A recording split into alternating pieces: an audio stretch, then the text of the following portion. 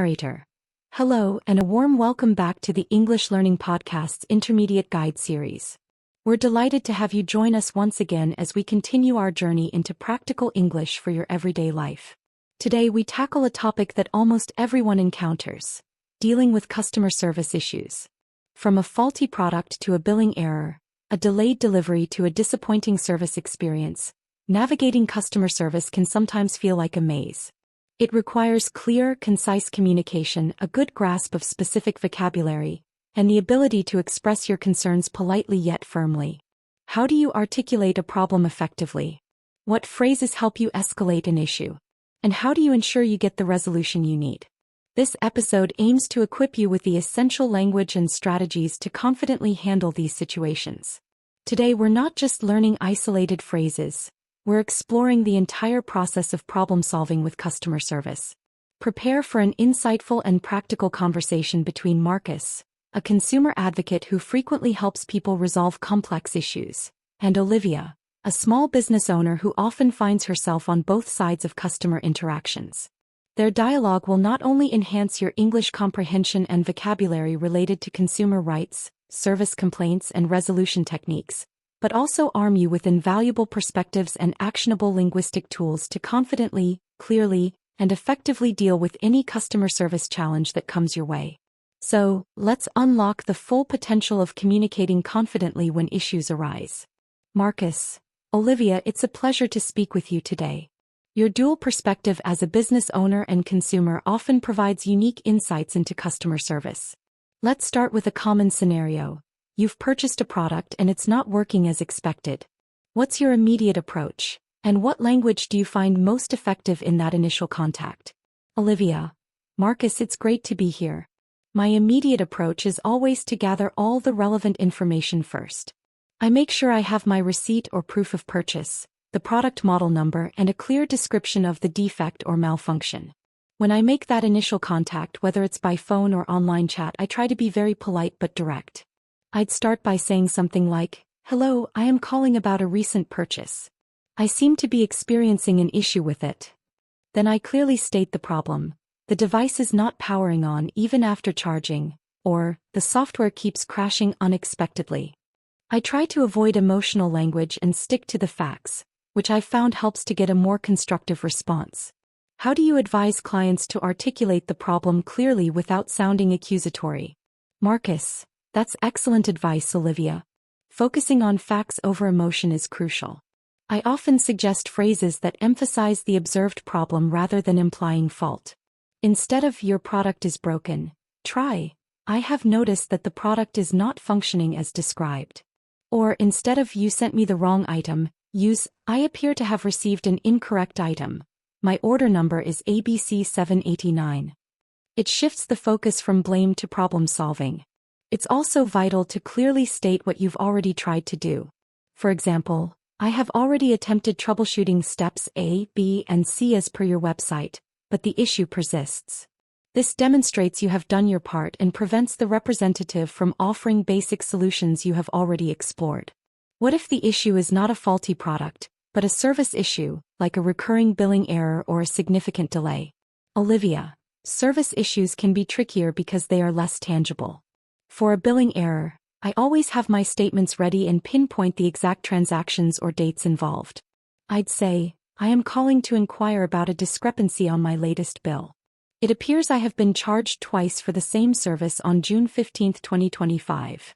Or, there is an unrecognized charge of $49.99 from June 20, 2025, that I need clarified." For delays, especially with deliveries or appointments, I stress the impact. "My order number 12345 was promised for delivery by June 25, 2025, and it's now 3 days overdue. This is causing a significant inconvenience because I need the item for a presentation on Monday." Again, keeping it factual and explaining the personal impact helps convey urgency without aggression. What's your advice for dealing with a representative who seems unhelpful or dismissive? Marcus, that's a common frustration and it requires a calm but firm approach. First, try to understand if they genuinely cannot help or if they are just unwilling. You can politely ask, "I understand you might not be able to resolve this directly, but could you please tell me what steps you can take for me or if there is someone else who can assist? If they remain unhelpful, it's time to escalate. You can say, I appreciate your time, but I feel this issue requires further assistance. Could I please speak with a supervisor or a manager? Be prepared to state your case again clearly and concisely to the new person. Always note down the name of the representative you are speaking with, the time, and a brief summary of the conversation. This documentation is invaluable if you need to follow up or escalate further. What about when a customer service agent is clearly following a script and not truly listening to your specific problem? Olivia: Oh, that's incredibly frustrating, and as a business owner, I actively train my staff to avoid it. When I am the customer and encounter that, I try to gently redirect them. I might interrupt politely by saying, Excuse me, I hear what you are saying, but I need to clarify that my situation is slightly different. Or, I understand that's your standard procedure, but my concern specifically relates to a missing component, which falls outside that particular scenario. Sometimes, simply asking a direct, open-ended question that forces them off script can work, like, Given what I have explained, what unique solution can you offer me? If they still cannot deviate, then escalating to a supervisor is often the only way, as the supervisor typically has more authority to bypass standard protocols. How important is it to be prepared for common questions customer service might ask? And what information should you always have on hand? Marcus: Being prepared is paramount. It saves time and frustration for everyone. Always have your account number, order number, reference number, and the date of the transaction readily available. They will also likely ask for your full name, address, e.g., 14 Maple Drive, Springfield, Illinois, and sometimes your phone number or email for verification. For product issues, be ready to describe the problem's symptoms, when it started, and any steps you have already taken. For service issues, have specific dates, times, and amounts. Also, anticipate questions like, Have you tried restarting the device? Or, Can you confirm your current service plan? The more quickly and accurately you can provide this information, the smoother the interaction will be. What if you are dealing with a company that has notoriously poor customer service, and you anticipate a difficult interaction? Olivia: For companies with a poor reputation, I go in with a heightened level of preparation and a strategic mindset. I research their common customer complaints online. Often there are forums or social media groups dedicated to them. This helps me understand their typical resistance points. I would prepare a concise summary of my issue, almost like a script, including all necessary details and what resolution I am seeking.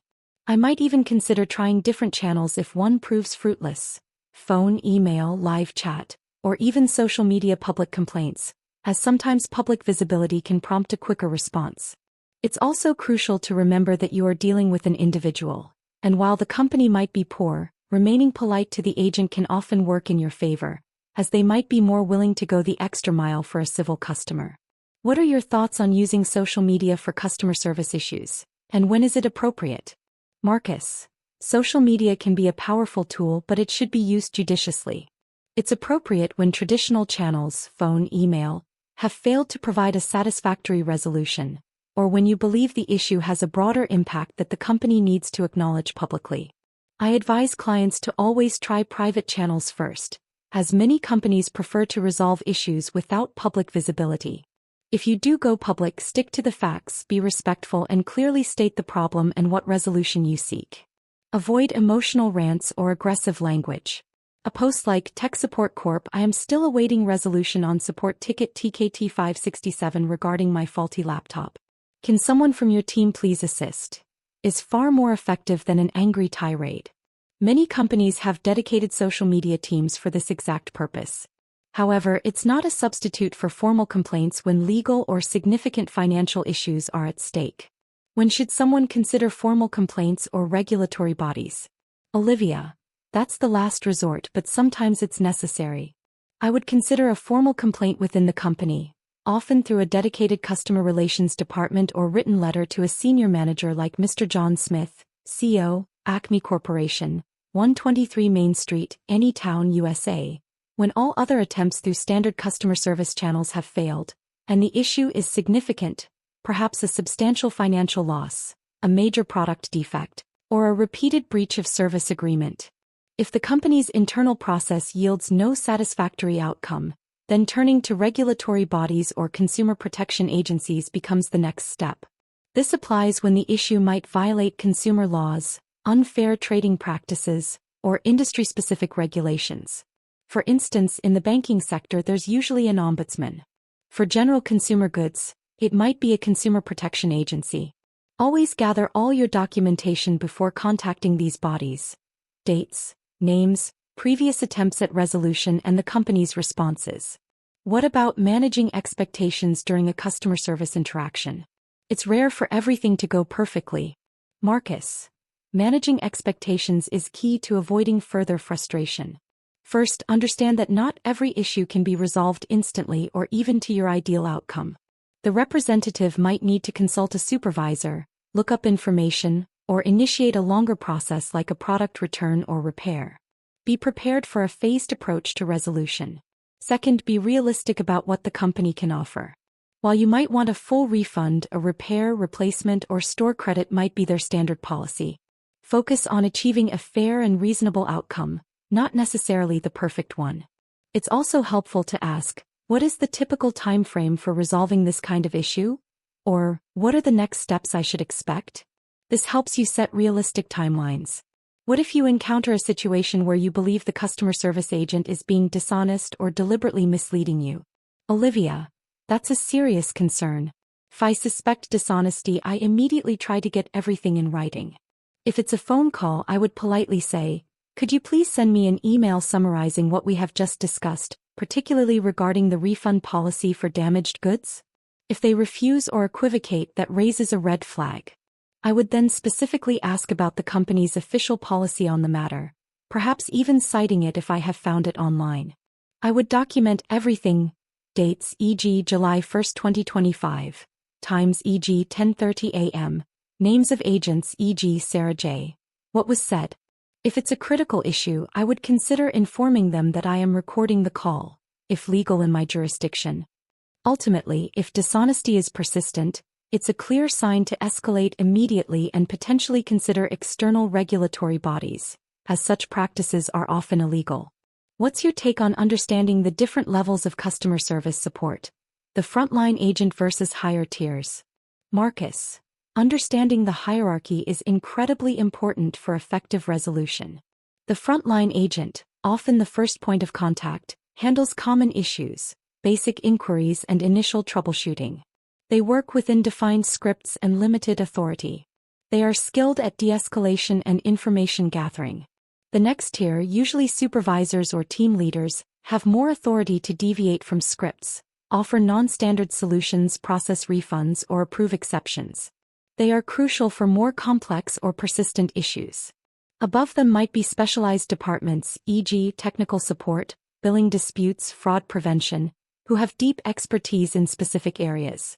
Finally, executive customer relations or corporate affairs handle highly sensitive, complex, or escalated complaints that have exhausted all lower channels. Knowing who you need to speak to and being able to politely but firmly request escalation is a key skill. It's not about being aggressive, but being strategic in finding the person with the appropriate authority and knowledge.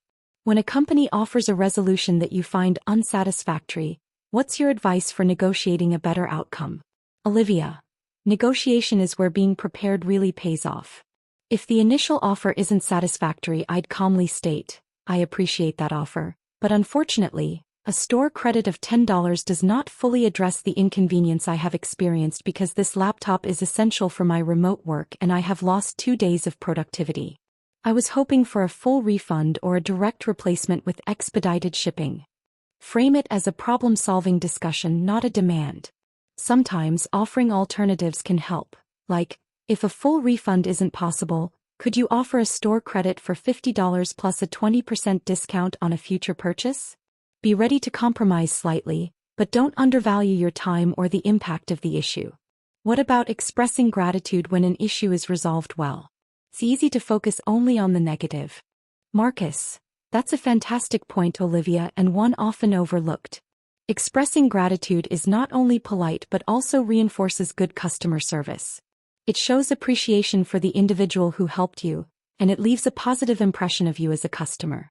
A simple, "Thank you so much for your help," I really appreciate you taking the time to resolve this for me. Or, I am very pleased with the outcome and your excellent assistance can make a real difference. If a representative goes above and beyond, consider asking for their supervisor's name and sending a quick email commending their service. This kind of positive feedback is rare and incredibly valuable to employees and management. It encourages companies to invest more in quality customer service. How important is clear documentation throughout the entire process, from initial contact to resolution? Olivia. Documentation is absolutely paramount. I cannot stress this enough. It's your safety net and your most powerful tool.